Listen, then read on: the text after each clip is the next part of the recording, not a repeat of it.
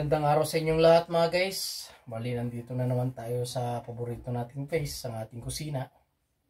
So for today's video, magluluto tayo ng sweet and sour na fish fillet mga guys. So gumawa na lang ako ng pagdi-deep-fry ng fish fillet. So na-prepare na natin. Ito na siya guys. So, for purpose flour lang yan. Lagyan ko ng tinimplang ng konting paminta, asin, bitchin, tsaka oyster sauce. So ito na siya. So meron tayong red and green pepper, meron tayong kamatis, carrots, bawang sibuyas, so tomato sauce, oyster sauce, durog na paminta, Ajinomoto. So ayan guys, simulan na nating maggisa.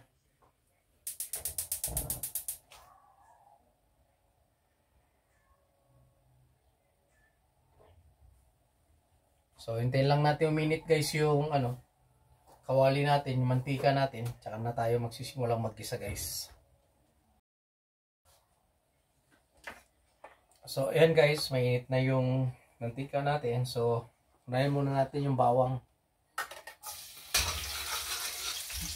Medyo pag-brownin lang natin siya para mas lumabas yung aroma ng bawang. Mas masarap yung pagkakaluto ng fish fillet natin.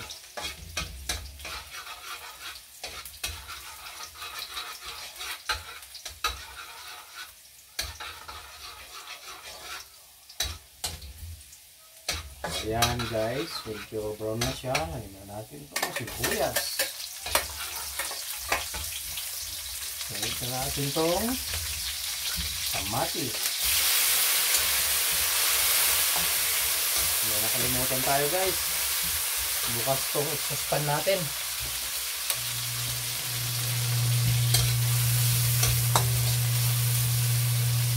Siya na kayo guys.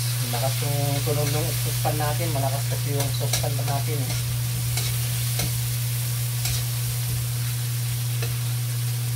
So igasa lang natin mabuti guys.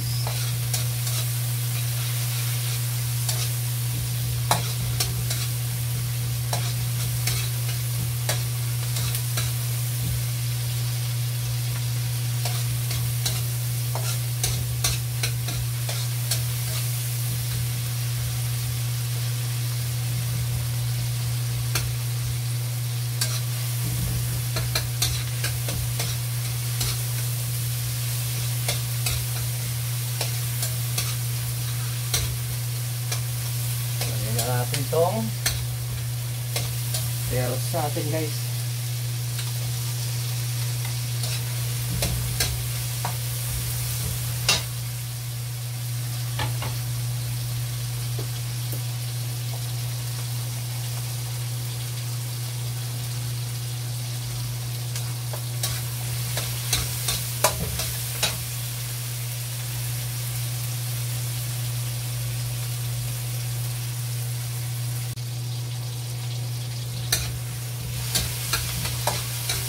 Ayan guys, lagyan na natin ng tomato sauce. Ayan.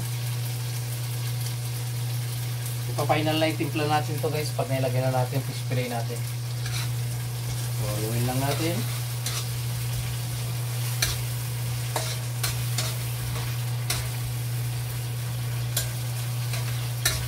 Lagyan lang natin ng konting tubig guys. Diba? Yan. Hintayin lang natin kumulo guys. Tsaka natin lagay yung timpla ng konting patis, bitchin, tsaka yung durog na paminta.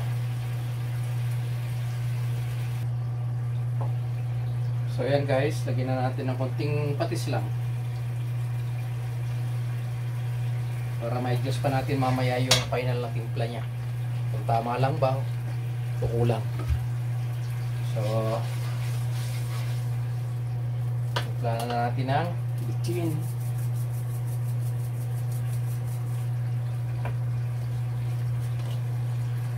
Pamintang durog.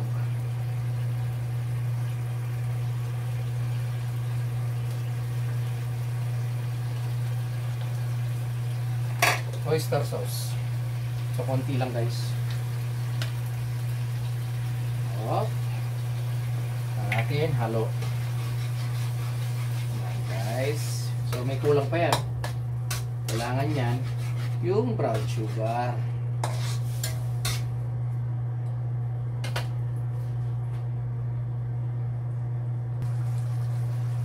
So, ayan guys. Bali, lalagyan na natin ng brown sugar. So, nasa kutsara lang. Tapos, tignan natin kung sakto lang yung pagkakatimpla niya.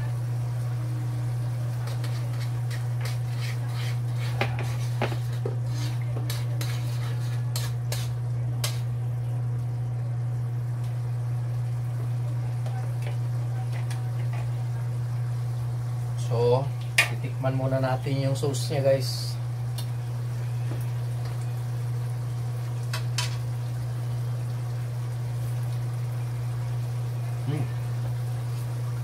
Saktong-sakto guys.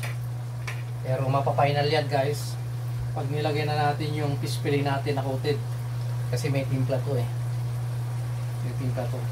So, pwedeng mag-adjust yung timpla niya o pwedeng eksakto. So, ayan guys. So, ilalagay na natin tong fish fillet natin na coated. Yan o. Yan o.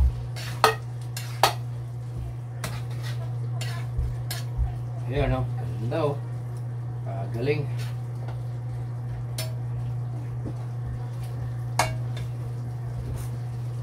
So, pakukuluan lang natin saglit to guys. Ayan.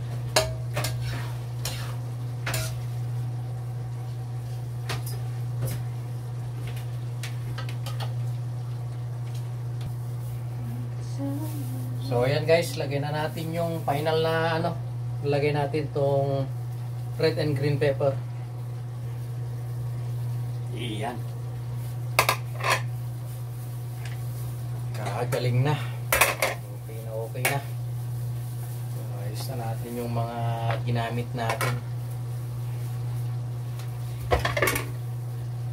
Iyan o.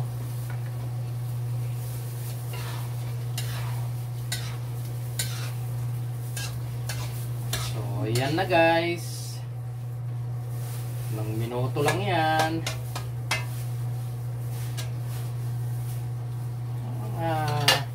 Isang minuto lang guys. Luto na. Half cook lang natin yung carrots saka yung silitaba natin. Para mas masarap, mas malutong yung gulay.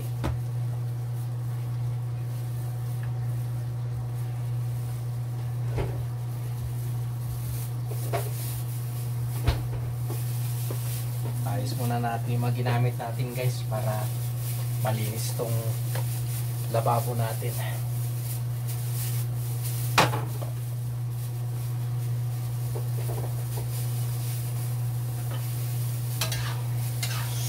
So ayan na guys, ito na, pakita ko na sa inyo ang final na outcome na niluto nating sweet and sour na fish fillet mga guys. So, pakita ko sa inyo guys. So, yan na guys. Yung niluto nating sweet and sour na fish fillet. Nagmamantika. So, tikman muna natin yung final taste nya para ma-adjust pa natin kung kulang o tama lang. Mamantika guys. Oh. Sakto guys, sarap. So yun guys, bali patayin na natin, luto na. So luto na guys, ito na ang final na fish fillet natin. Sweet and sour na fish fillet. Tamang tama yung lasa, tamang tama yung timpla. All goods. Yummy. So, ayan guys. Bali, tapos na natin iluto yung sweet and sour na fish fillet natin. So maraming salamat muli mga guys sa patuloy na pagsuporta niyo po sa YouTube channel natin, Kuya Wins Vlog, at sa mga reels po natin. So maraming salamat guys sa mga pagsuporta niyo sa YouTube channel natin. So hanggang dito na lang guys. Ingat po kayo lagi. God bless. Hanggang sa muli. Bye-bye.